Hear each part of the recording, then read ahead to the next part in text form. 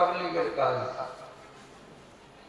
কিন্তু আমরা এমন এক ভাগ্যবান উম্মত যে রাসূলুল্লাহ সাল্লাল্লাহু আলাইহি ওয়াসাল্লাম যখন দুনিয়া থেকে চলে গেছেন, তিনি যতদিন বেঁচে ছিলেন ততদিন এ দায়িত্ব পালন করেছেন। অর্থাৎ আমর বিল মারুফ, ভালো কাজের মানুষকে আদেশ করা, আর নেহি আনিল মুনকার, মন্দ কাজ থেকে মানুষকে বিরত রাখা। তিনি যখন বিদায় হয়ে গেলেন তখন উম্মতকে জানিয়ে দিয়ে গেলেন যে কথা আল্লাহ তাআলা জানালেন। আল্লাহ তাআলা কি জানালেন? আম্বিয়াদের যেটা দায়িত্ব ছিল কিংবা আমার নবীর যেটা দায়িত্ব ছিল, উনি যখন বিদায় হয়ে গেলেন তখন কিন্তু আগেকার নবীদের মতো সিস্টেম থাকলো না। বরং সিস্টেমটা কি হলো, আমি যদি বেশি পড়া হই তা আমার কাজ হবে বেশি উঁচু মানের ওই দাওয়াতের কাজ এবং তাবলীগের কাজ। আমি যদি মাঝারি মানের হই শিক্ষিত, তাহলে আমার কাজ হবে মাঝারি মানের। এমন পর্যন্ত কি আমি যদি একটা আধুনিক শিক্ষিত হই কিংবা আমি 5 ক্লাস 6 ক্লাস 7 ক্লাস পাস করা একটা লোক হই, আর আমি যদি একটা কথা জানি, তাহলে সে একটাই কথা আমাকে আরেকজনের কাছে পৌঁছে দিতে হবে, এটা আমার দায়িত্ব।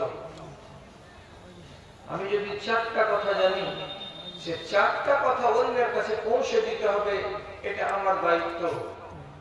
সুতরাং আমাদের মধ্যে এই মজলিসের কথাটা বলি, যতজন লোক আমরা এখানে বসে আছি, আমরা প্রত্যেকেই দায়িত্বশীল যে আমি এই দুটো কাজ করে মরবো।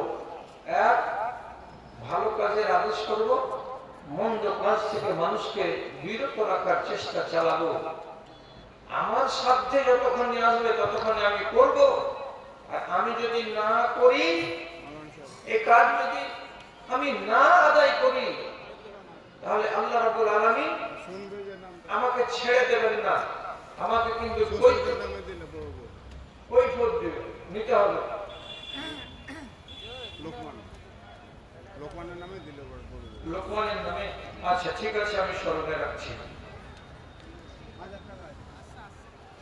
এই জন্য আল্লাহ তাআলা বলছেন, সমস্ত উম্মতের মধ্যে পৃথিবীর এই উম্মতে মুহাম্মাদীকে সর্বশ্রেষ্ঠ উম্মত বলে ঘোষণা করা হয়েছে।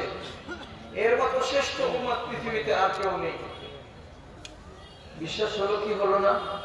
আল্লাহ তাআলা কোরআন মাজিদে বলছেন, وَكُنْتُمْ خَيْرَ أُمَّةٍ أُخْرِجَتْ لِلنَّاسِ تَأْمُرُونَ بِالْمَعْرُوفِ وَتَنْهَوْنَ عَنِ الْمُنكَرِ وَتُؤْمِنُونَ بِاللَّهِ। সর্বশ্রেষ্ঠ উম্মত হলো এই উম্মত। আল্লাহ তাআলা বলছেন, তোমাদেরকে সর্বোত্তম শ্রেষ্ঠ উম্মত করে আমি দুনিয়াতে পাঠিয়েছি। কেন? তোমাদের দায়িত্বে আছে এই দুটো কাজ, আমর বিল মারুফ করা এবং নাহি আনিল মুনকার করা। এই দুটো কাজের জন্যই আমরা পৃথিবীতে সর্বশ্রেষ্ঠ জাতি হতে পেরেছি।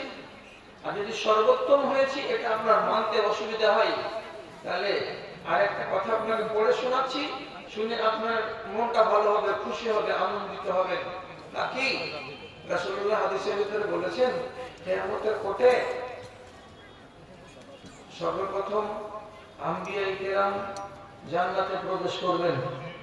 আম্বিয়াদের ভেতরে সর্বপ্রথম যিনি জান্নাতে পা রাখবেন তিনি আমাদের নবী হযরত মুহাম্মদ মুস্তাফা সাল্লাল্লাহু আলাইহি ওয়াসাল্লাম। এবার নবীদের পালা যখন শেষ হয়ে যাবে, এবার উম্মতিদের যখন পালা আসবে জান্নাতে ঢোকার, তো কে প্রথমে ঢুকবে, কারা প্রথমে ঢুকবে?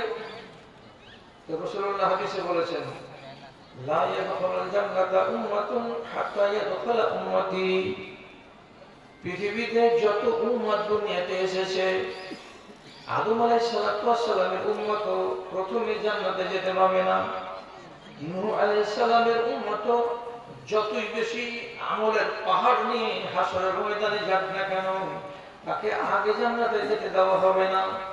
মুসা নবীর কোন উম্মতকে আগে জান্নাতে যেতে দেওয়া হবে না। রাসূলুল্লাহ বলছেন, যতক্ষণ পর্যন্ত আমার উম্মতিরা জান্নাতে প্রবেশ না করে যাবে, ততক্ষণ পৃথিবীর কোন উম্মতকে জান্নাতে প্রবেশ করার সুযোগ দেওয়া হবে না। কি বোঝা গেল? উত্তম বোঝা যাচ্ছে যে আমার মতো উত্তম আর কেউ নেই। এর থেকে আর যদি বড় প্রমাণ চান, আর বড় প্রমাণ আপনাকে কি দিব?